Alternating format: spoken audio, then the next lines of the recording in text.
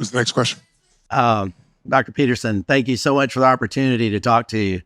In your book, The 12 Rules for Life, this is kind of playing off of what Sean may have said, but rule number 8, you said, tell the truth, or at least don't tell a lie. And so many times I find that, and you said there really are no atheists, just people who don't understand the God they serve. And I, to myself, sometimes I find that a lot of people, one of Tony's coaches was talking to me once, and he said, Michael, he goes, there's a difference between the truth and the whole truth. And that really dawned on me once. And some people tell the truth and exclude parts of things in life that shade the story. And I find that I do that with myself sometimes. And I was just curious if you could shed some light on that rule number 8. It really impacted There's me. a couple of questions in there. Sure. I'll take that apart. So first of all, it's not a straightforward matter to tell the truth, partly because, like, what the hell do you know? Like, we're all steeped in ignorance, right? Yeah. So none of us are, in the final analysis, capable of telling the truth. We can get better at approximating the truth with time, but we don't have full access to all knowledge, and so everything we say is going to be partial. Now, having said that, it's still perfectly reasonable to distinguish between what's true and what isn't. How do you start doing that? Well, someone might say, I don't know how to distinguish between what's true and what's not true in the final analysis. And I would say to them, yeah, but you'll find times in your life where you're inclined to say something or do something, to say something you know to be false or to do something you know to be wrong. Now, there may be times when you're ambiguous and ambivalent and you don't know, but that's not what I'm talking about. I'm talking about those times when you actually know, and you can tell, because if you're going to say something that you know to be false, it fragments you internally and makes you weak. You feel what could be the ground under your feet shifting. You're lying and you're betraying yourself. And I would say, and this was the purpose of that rule, was, well, stop doing that. First, stop doing that. Just stop saying all the things that you are saying that you know perfectly well to be false.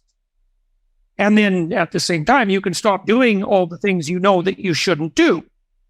Well, what will happen as a consequence is that your speech will become more precise and your vision will become clearer, because you're not cluttering yourself up with obvious falsehoods.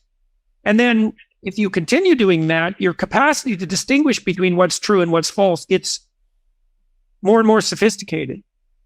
And if you do that long enough, you might actually get to the point where you could actually start to tell the truth instead of just not lying. At least some truths, at least some of the time. And that's a pretty good start. And then that can expand out across time as you become expert at this. And then you might say, well, why bother doing that? And I can tell you why you should bother doing that. It's very straightforward. There will come a time in your life where you have to make a very fine decision. It might be one that your life depends on, or the life of someone you love, or a relationship depends on, or your business depends upon. And you'll be torn apart at the point where you have to make that decision.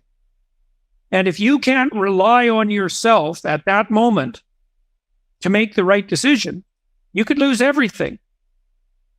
Now, you might ask yourself, well, how do you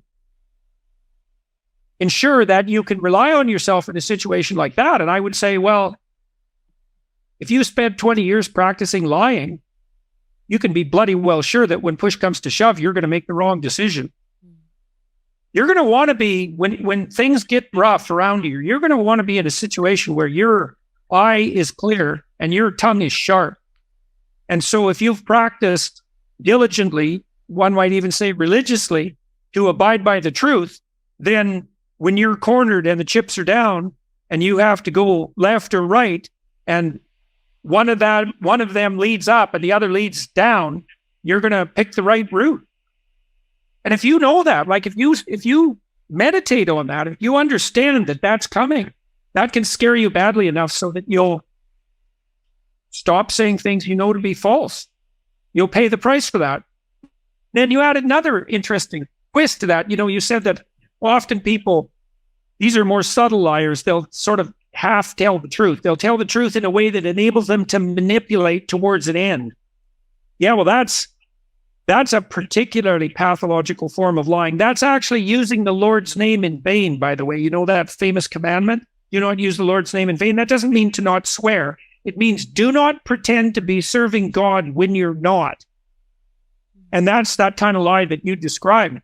Telling the truth is a very tricky issue because you have to be aiming up in all ways to ensure that what you're relating isn't manipulatively self-serving at some subtle level. And it takes a long time to orient yourself at enough levels simultaneously so that you're no longer playing those sorts of games. But you do that by practicing. You do that by practicing not lying. It's like, you try to make that a vow. And you can clear yourself up an awful lot. A lot of what you do with people in psychotherapy, a huge part of it, is you help them disentangle themselves from the web of lies that they found themselves trapped within. Decades of lies sometimes. Or multiple lifetimes even, because you do see families from time to time that are so wrapped up in lies that it goes back, 3 or 4 generations. It's just lies nonstop at every possible level. And so all of that has to be sorted out. And you often are doing that working as a psychotherapist. You can do that with a sustained moral effort on your own behalf. I mean, part of what you're doing, if you're a religious practitioner and you go and confess, is that you're trying to remind yourself about what lies you're telling. And you do that so that maybe you can stop doing it. And it's a practice, and you can get good at what you practice. So really what the Dickens process is, if you think about it, that we all do, right? People finding what the lies are that are holding them back and changing them right then and there with enough emotion. Question, Mary. Thank you, Dr. Peterson. Thanks, Tony and Sage.